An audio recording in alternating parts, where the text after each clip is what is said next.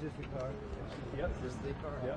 Ryan from last year, yeah, 23. So pretty amazing job he's done. Pretty amazing. And this is the team behind him here. Fantastic. Great. Mr. President, thanks for having us. Thanks for having us. Congratulations. Thank you. We had to do it. Somebody had to do it, right? Well, thank you very much, everybody. We have a very special day for a lot of reasons, actually, if you really think about it. But this is a day because Roger Penske is a great friend of mine. I've known him a long time. He received a few years ago the Presidential Medal of Freedom, the highest award in the country outside of the Congressional Medal of Honor. It's sort of the civilian version of the Congressional Medal of Honor.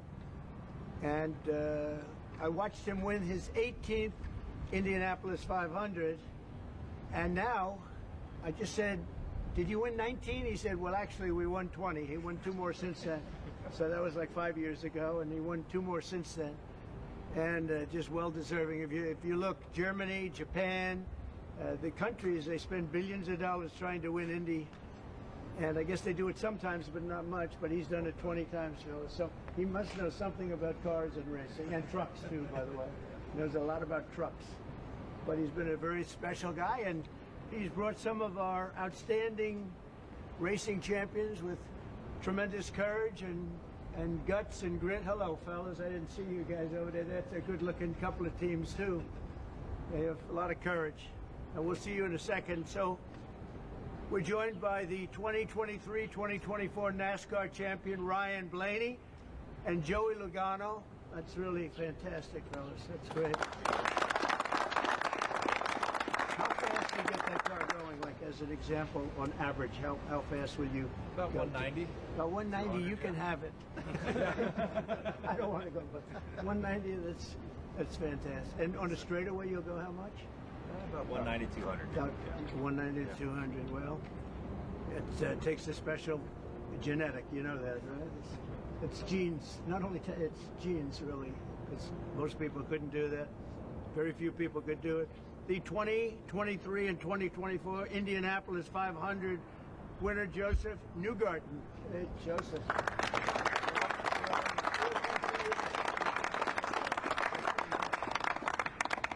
And the 2025 champions of the 24 Hours of Daytona, Felipe Nasser, Nick Tandy, and Lawrence Ventura. Thank you, sir.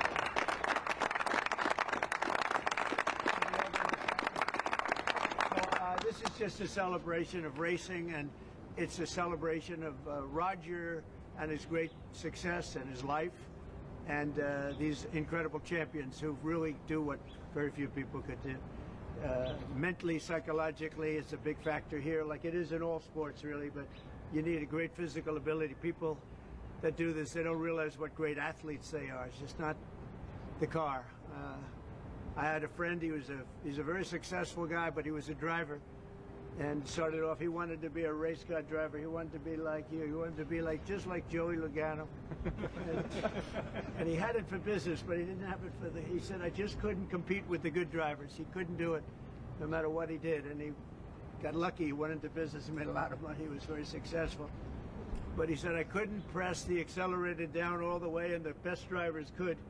So there was just a difference. It was really bad. I never forgot that story. But these are great champions, and it's a great sport. And what you've done in Indianapolis also with the track and everything has been incredible.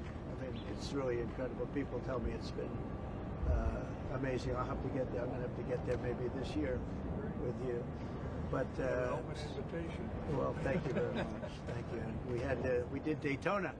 We went around the track in the Beast, what's called the Beast, with the thick windows and the whole thing, and you're not supposed to hear anything, but I heard the fans, they were going crazy outside, so it was a great honor. So I just wanted to welcome them to the White House, a special place, very, very special place. And we love champions, and these are the greatest champions in the world. These are the greatest champions in racing, and it's an honor to have you all, and thank you very much. All of you, thank you very much. I wouldn't ride in that thing if you paid me. How fast will that go? 240 plus. 240. Yeah. That's unbelievable. It's a weapon. Two-time winner of the Indianapolis 500 consecutively, right? Yes, sir. So what the hell are you doing? What do you eat? A lot of milk. Drinking a lot of milk, hopefully. Okay, I'm going to take some. And that one is pure speed and endurance, right? Correct, sir. Speed and endurance. Is that car a very different car than, let's say, this one? Very different? Very different. Very different. Yeah. Made for... You gotta last so many hours, Right. and we all share the car, so three drivers. Totally different engine. Different engine. Everything's different. Everything. And you'll go, is it 24 hours? Yep. That's a long time. And that car just, there's no let up, there's no, it's just constant, right? That's fantastic. Congratulations. That's endurance. Endurance is a big factor in life and success, I can tell you, so you guys have it. Well, thank you very much. Would you like to ask Roger or any of these champions any questions while we're here? President, I have a question for you. Yeah. You started the morning saying be cool, and Be just a cool. few hours later, there was a pause put in on the tariffs. Can you walk us through your thinking about why you decided to put a 90-day pause? Well, I thought that people were jumping a little bit out of line. They were getting yippy, you know? They were getting a little bit yippy, a little bit afraid, unlike these champions, because we have a big job to do. No other president would have done what I did. No other president. I know the presidents, they wouldn't have done it. And it had to be done. What was happening to us on trade, not only with, you know, if you look at it, not only with China, but China was by far the biggest abuser in history, and others also, but somebody had to do it. They had to stop because it was not sustainable.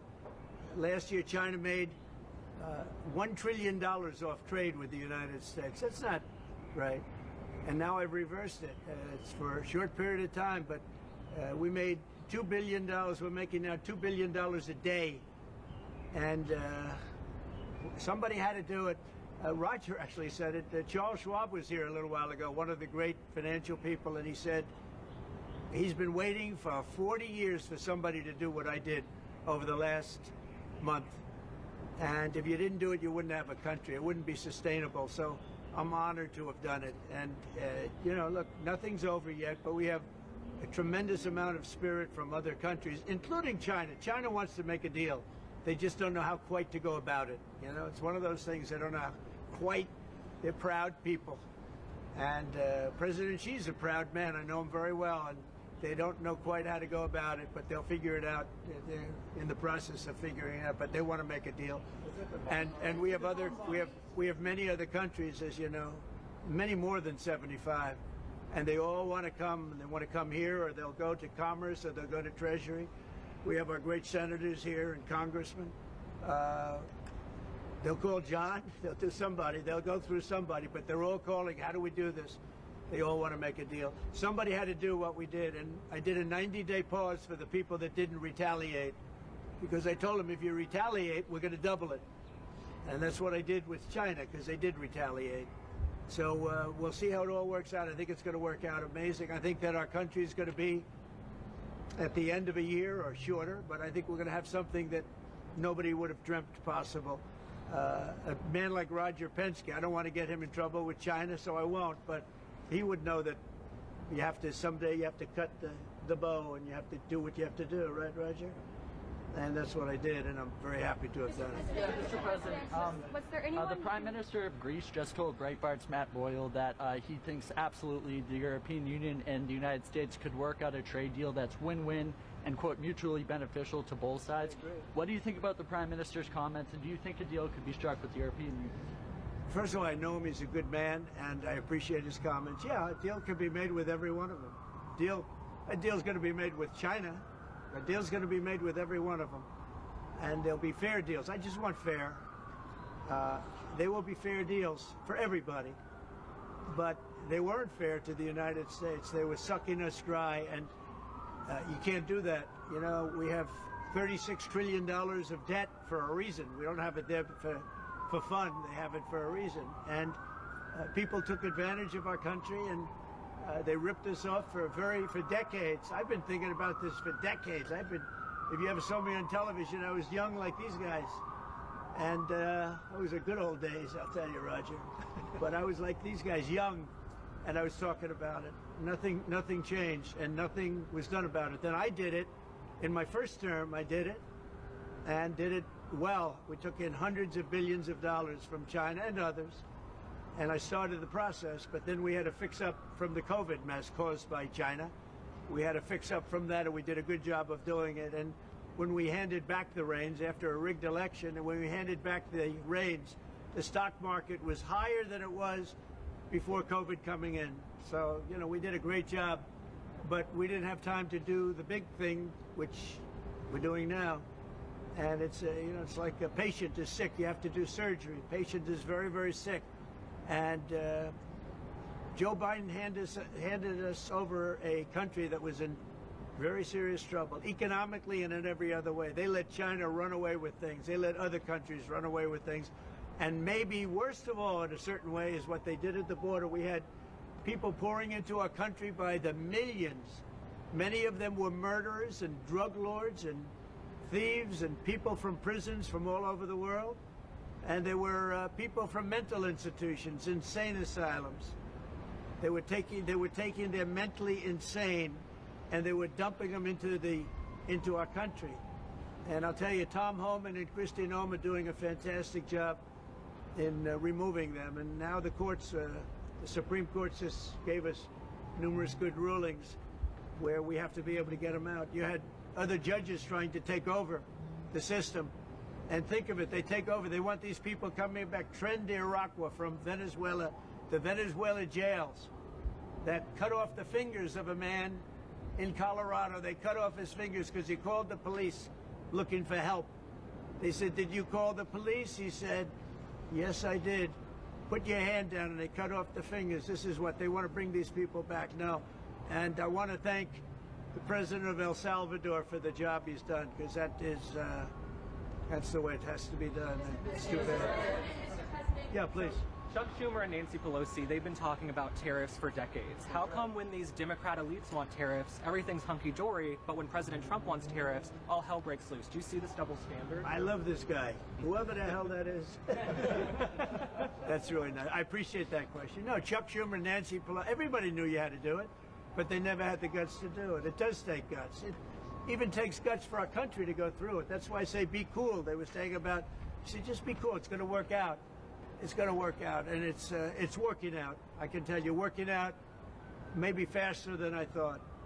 But I said it's, you know, it's going to take a little conditioning. It's a transition to, it's really, I think it's a transition to greatness. It's going to be greatness. Our country is going to be, there'll be nothing like it. And people investing in our country, they're going to do better than they've ever done before. We have more car manufacturers, Roger, coming into our country now, speaking of cars. We've never seen anything like it. And they're coming in because of the election, but they're coming in because of the tariffs, because they don't want to pay 25 or 50 or whatever it may be. They don't want to pay that. They can't pay that. We had 3 cancellations in Mexico, building a plant. They're all coming into the United States. Canada, they're coming in. From China, they're coming in from everywhere. And that's just cars. We have chip makers come. We're the biggest chip maker in the world from Taiwan, coming in, spending $3 billion to build plants, and mostly a big plant. This is a hell of a plant when you spend the kind of money there. That they're going to go $200 to $300 billion, not million. You know, you'd say million would be the right number. It's not. $200 to $300 billion. Think of that. $300 billion. If you look at Apple, Apple is going to spend $500 billion building a plant. They wouldn't be doing that if I didn't do this. They'd just keep building them in China. And that's unsustainable. It's not a pleasant thing to do, but I appreciate the question. And, you know, interestingly, Chuck Schumer and Nancy Pelosi, Crazy Nancy, they've wanted to do this for years, but they never had a president that had the guts to do it, because it does take guts, believe me. Was it the bond markets that persuaded you to reverse course? I was watching the bond market. The bond market is very tricky. I was watching it, but if you look at it now, it's beautiful. The bond market right now is beautiful. But yeah, I saw last night where people were getting a little queasy.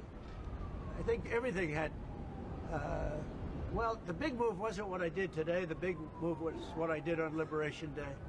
We had Liberation Day in America. We're liberated from all of the horrible deals that were made, all of the horrible trade deals that were made. And I was helped by people just like this, senator, congressman, and friend, right?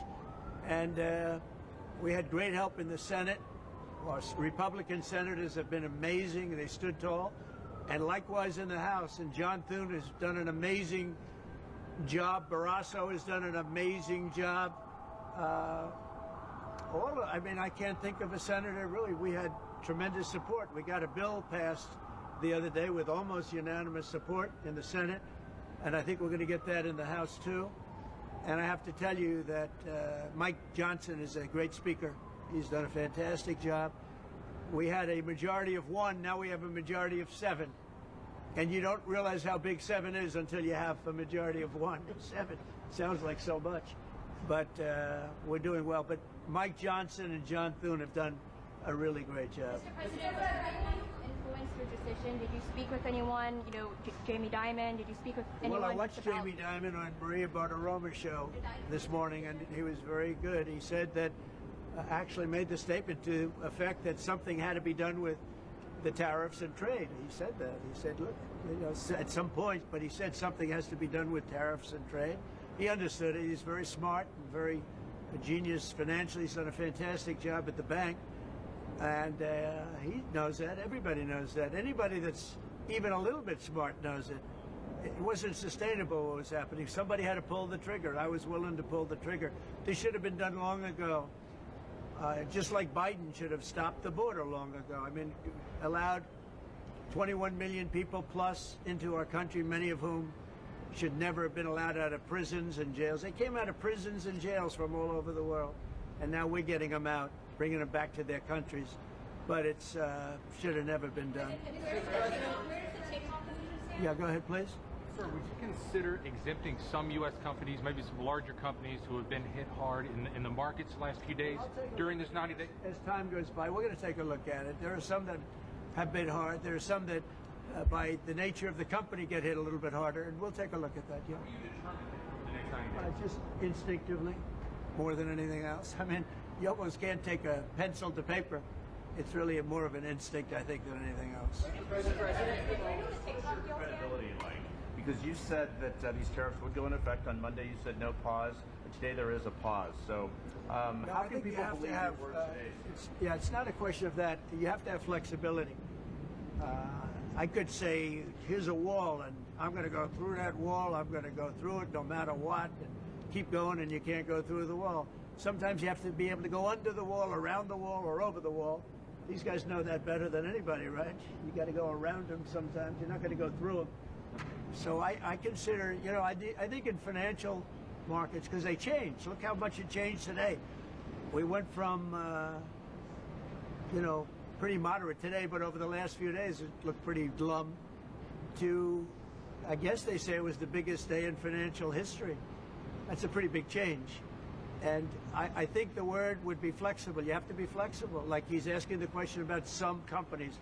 Some companies, through no fault of their own, they happen to be in an industry that is more affected by these things than others. You have to be able to show a little flexibility. And I'm able to do that. I'm going to say hello to these champions because they are great champions. I got to say hello. To avoid more escalation. I